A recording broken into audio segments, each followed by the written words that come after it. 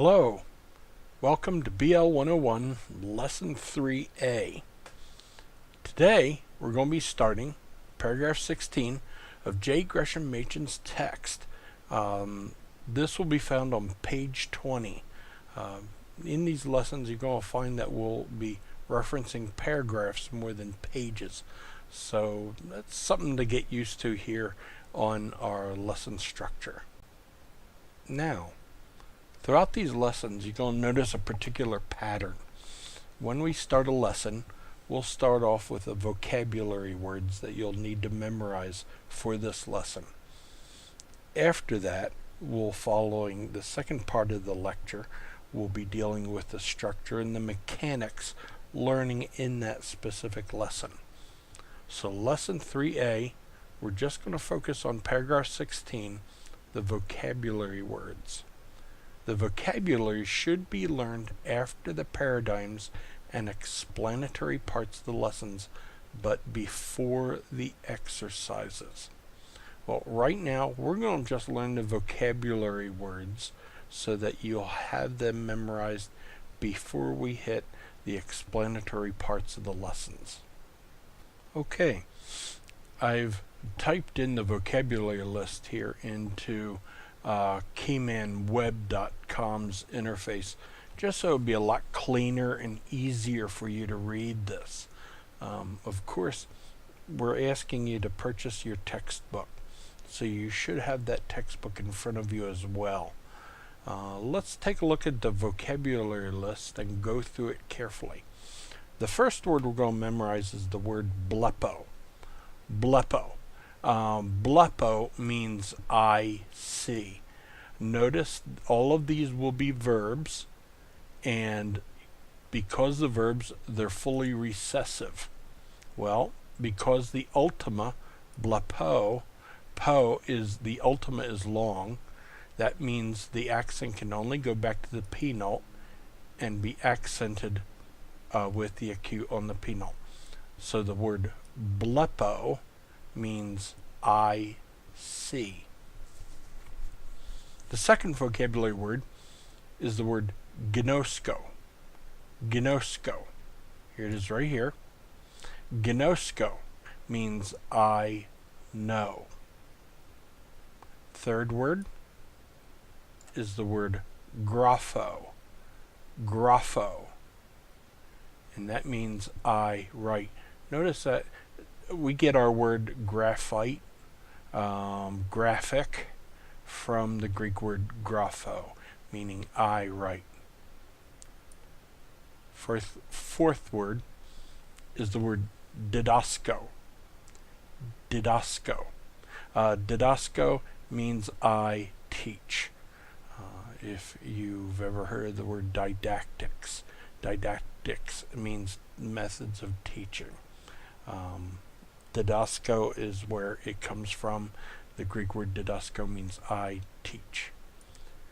Fifth word is the word lambano. Lambano. Remember this word? This was an earlier lesson when we were talking about syllable structures. We used the word lambano as an example here. It means I take or I receive. I take or I receive. The sixth word is the word lego. Lego. And it is the Greek word translated meaning I say. When I was in college, there was a commercial out there, an Eggo commercial waffles, Eggo waffles. And the people in the commercial would always shout, Lego my ego. So when I say Lego my ego. That's one of the handles I would use in memorizing a word like Lego. When you do vocabulary words, you're going to have to figure out methods that your brain is comfortable with doing to memorize these words. For myself, I use several tools. Tool number one were handles. Handles, like the word blepo. I think of eyes bulging out when I think of the word blepo, meaning I see, blepo. Grapho, I think of I write, that's an easy one. Lego, The handle I would think of was the Eggo commercial. I say Lego my ego. That's how one of the tools I would use in memorizing these vocabulary words. Another tool I'd use are 3x5 cards.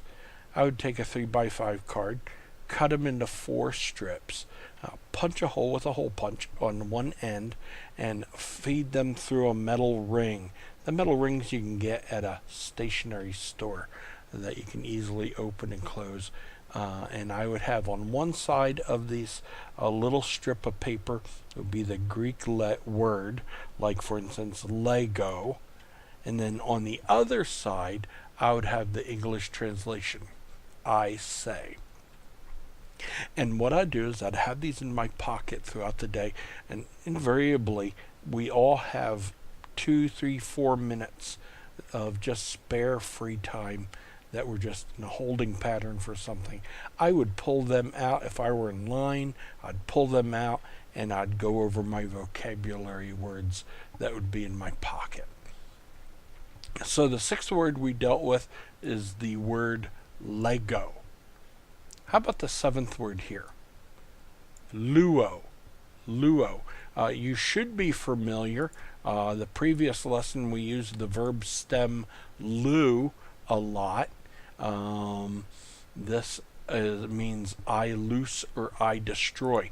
Luo means I loose or I destroy. It's like I loosen a knot or I destroy a knot. That is the idea of the vocabulary word for luo.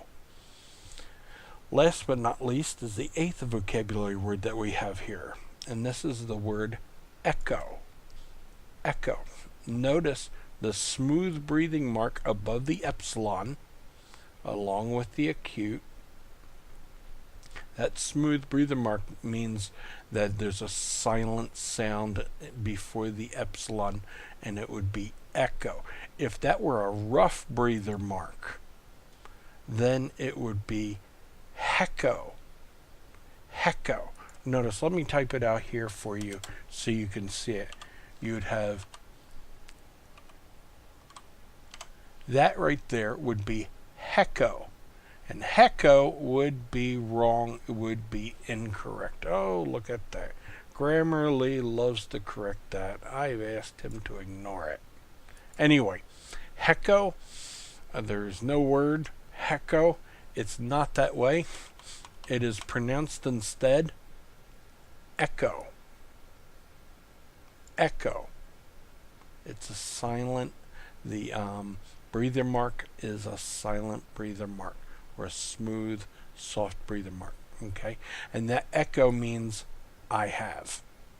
I have. Now, your responsibility for the first half of this lesson are to memorize these vocabulary words. Write them down. Figure out a method that your brain can use to memorize these. So I know one student who would write them out 20 times each. It was a method they knew how to memorize by just writing it out. Writing them out by hand also developed good penmanship, which is very, very good for the student here. I don't know how to have you guys see my penmanship on this. I don't have any type of fancy camera equipment. All I have is a screen capture tool here, and I apologize for that. Maybe someday we'll get some fancier equipment down the line, but right now we're going to use the screen capture that I'm using right now and the tools that God has given us right now. If you have any questions, don't hesitate to give me a call. Contact me.